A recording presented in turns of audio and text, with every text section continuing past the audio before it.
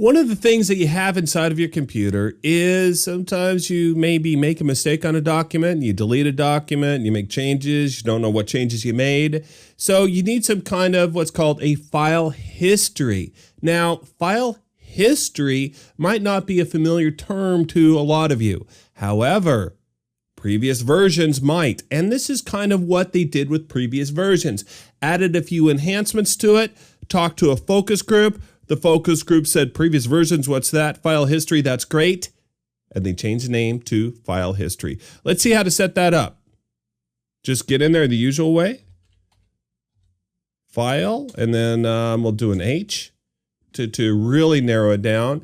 And then you have the different settings, and here it is right here. File history. Keep a history of your files. So we're going to click this, and it's going to take a while to set up. What it's doing right now is examining the system and saying, hey, is there any kind of drives in here that I have to keep the file history for? And the answer is going to be yes. I hate to lose the suspense on you, but there it is. File history is off. And copy files to Windows 7. So what we're going to do, I think I made a mistake. It should be on. We're going to go ahead and turn this on, and it's turned on right here. Do you want the recommended this drive to other members of your home group?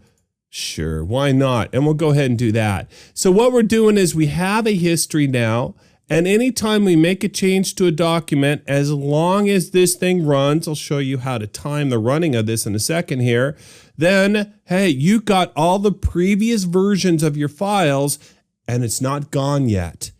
Now, let's take a look at the different drives that we have, or the different settings that we have. Here we have select drive. So what's going to happen is I have 3 or 4 different hard drives on this computer. So I can say, okay, just do the C drive, just do the F drive, just do the G drive, and we'll go ahead and do the Windows 7 drive. And we'll add that. There we go, click OK. And do you want to use this drive for file history again? And say, heck yeah, we'll go ahead and do that. Click OK, and then patiently wait, and there it is. Okay, so now we have a couple drives that's working here, or exactly one drive, Windows 7. And then we'll go to the advanced settings. Now, the advanced settings is going to tell us how do we set this thing up. Do we want it to do every hour? That's pretty darn good when you think about it. Now, some of you are putting this together and saying, well, wait a minute, isn't this going to take up all my drive space? And the answer is no. Trust me, there's a very efficient way of doing this, the volume shadow copy service, that just saves the changes. So if you have 15 versions of a document, your history goes back to 15 different documents that you did various things to over the millennium. It's going to just save the changes. So it really doesn't take up the disk space that you might be thinking it does.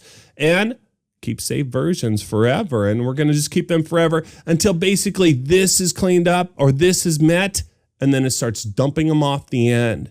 Now, if this PC is part of a home group, you can recommend the drive to other home group members so they can keep their stuff on here and it's somewhat saved.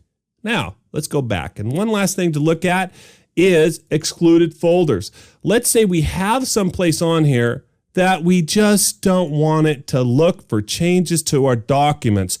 Aerosmith isn't going to come in and change their MP3 for us, okay? So maybe we want to say, don't look in music, and it's as simple as that. Click Save Changes.